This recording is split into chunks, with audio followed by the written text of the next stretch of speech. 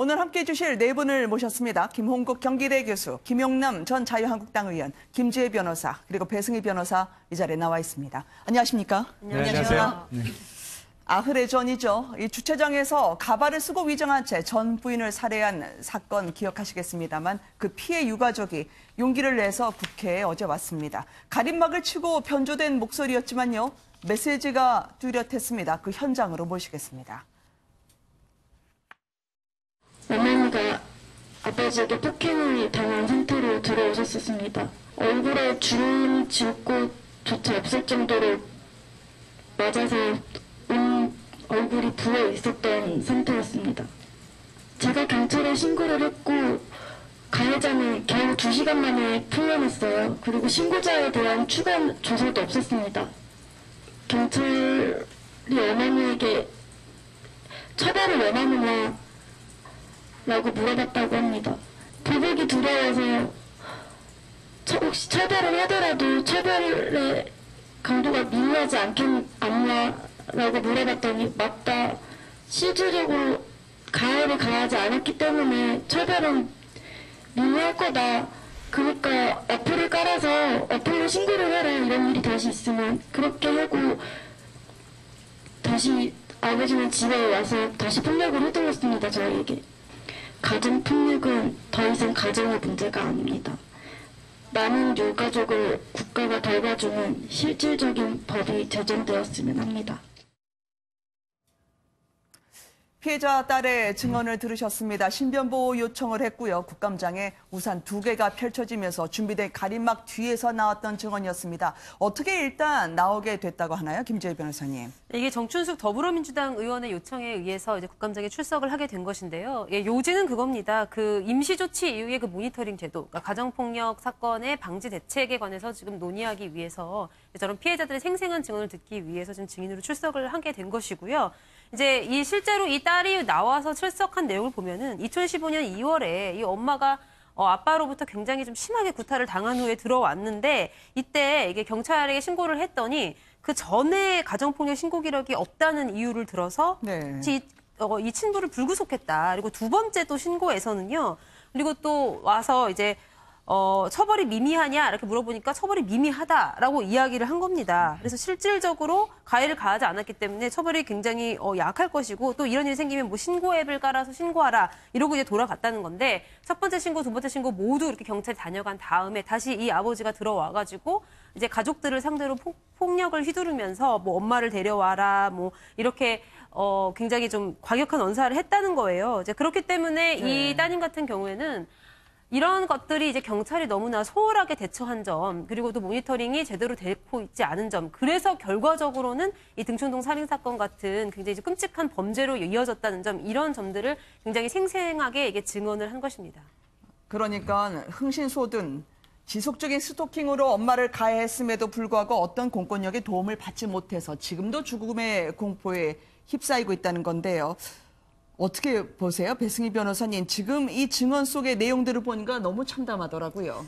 예, 그래서 이 피해자가 실제로 어떤 사건, 사고에 있어서 재판부가 아니라 국감장에 나오는 거가 굉장히 이례적이라고 생각이 듭니다. 그래서 긍정적인 측면으로는 이 사건이 사회에 알려지고 또 일부 시민들이나 국민들에게 경각심을 일으키고 근데 그런 점에서 이번에 국감의 증인으로 나와서 용기를 낸 거에 대해서 굉장히 큰 박수를 보내고 싶습니다. 그러나 저는 여기서 지적하고 싶은 것은 국회의 국감장에서 국회가 어떤 행정부에 대해서 이러한 점을 지적하고 그 행정부에 대한 감시를 한다면은 그거에 맞는 대책을 우선해서 좀 나오는 실효성 있는 대책을 발표하는 것이 더 우선적인 것이 아닌가. 그런 점에서 너무 피해자가 나와서 저렇게 하는 부분만 볼 것이 아니라 정말로 행정부가 가져야 될 그 방안, 그러면서 가정폭력에 대해서 어떻게 대처할 것인지, 그리고 국민의식을 어떻게 개선할 것인지, 사회적인 전반적인 제도, 그래서 피해자가 가정을 나오더라도 보호받을 수 있는 그런 전반적인 것까지 국회가 좀 감시하고 그걸 지적했으면 어땠을까 하는 좀 아쉬움도 있습니다.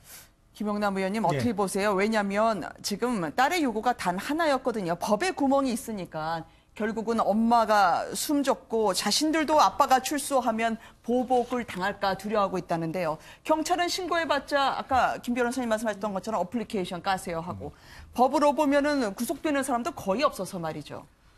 사실은 지금 가정폭력과 관련해서 시스템은 갖춰져 있습니다. 어느 정도. 그래요? 그러니까 가정폭력범죄 처벌법이 있고요. 가정폭력범죄 피해자보호법이 있거든요. 두 가지 시스템이 있는데 거기에 보면 상당히 상세히 기술이 돼 있어요. 그러니까 네. 예를 들어서 가정폭력이 발생하면 신고를 하고 가장 흔히 할 수 있는 방법이 접근 금지 명령을 받아내는 겁니다. 네. 그래서 다시 한번 100m 이내에 접근할 경우에는 그 위반 사실을 신고하면 그거 자체로 접근했다는 사실 자체로만도 2년 이하의 징역에 처할 수가 있거든요. 근데 문제가 법률은 어느 정도 정비가 되어 있는데 정작 신고를 하면 이 가정 내의 문제니까 잘 네. 해결하세요.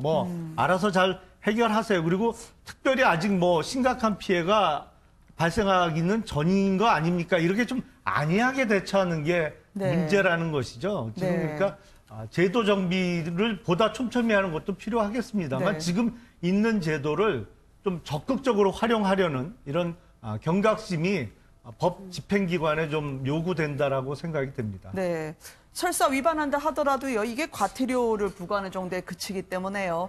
법 적용뿐만 아니라 아예 초기에 지금 이걸 이별 범죄라 얘기하지 말고 살해 위협으로 하자. 여성이나 가족이 아닌 사람의 문제로요. 어떻게든 좀 본격적으로 나서지 않으면 이 연쇄적으로 악순환이 되는 걸 막을 수 없을 것 같아요, 김 교수님. 그러니까요. 가정폭력처벌법에 따르면은 네. 이제 가해자가 그런 행위를 했을 때 이제 신고가 되지 않습니까? 그리고 그것이 확인되면은 100m 이내 주거지에서 또는 그 근처에 이제 접근하지 못하도록 하지 않습니까? 그런데 실제 만일의 경우 과태료를 받거나 아주 약한 처벌 때문에 만일의 경우 정말 이렇게 극악한 마음을 먹고 실제 살해를 하거나 이런 범죄를 저지를 경우에는 이미 사건은 터져버리고 뒤가 되는 거죠. 네. 그렇기 때문에 거기에 대해서 일단은 부족한 국민이 이 제도적인 정비는 저는 필요하다고 봅니다. 왜냐하면 실제 현장에서 느끼는 여성들의 공포감, 특히 약자, 노약자라든가 또는 어린이 또는 여성들이 느끼는 공포감은 대단할 거거든요. 더군다나 네. 이렇게 흉기까지 휘두르면서 온 얼굴을 알아볼 수 없을 정도로 이렇게 폭력을 행사하는 그런 상황에 대해서 만일의 경우 조금만 더 나갔으면 아마 이런 일은 앞으로도 언제든 있을 수 있거든요. 네. 여기에 대해서는 제도적인 측면 그리고 현실에서 경찰이 좀 더 적극적으로 역할을 해야 될 필요성이 있다고 봅니다. 왜냐하면 사건 현장 출동할 때 저도 그런 장면을 목격한 네. 경우가 있었는데요. 가정사이기 때문에 잘 해결하겠다는 것으로 나가는데 정말 이런 여성들이나 또는 노약자에게 대해서는 단호하게 보호를 하는 조치라든가 이런 부분이 오늘 국회를 통해서 다시 한번 경각심을 갖는 계기가 됐으면 합니다. 네. 왜냐하면 법이 가정 유지만 강조를 하고요. 보호가 아니어서요. 국가가 보호를 해달라라고 하는 유가족들의 이 피 맺힌 절규를 들었습니다.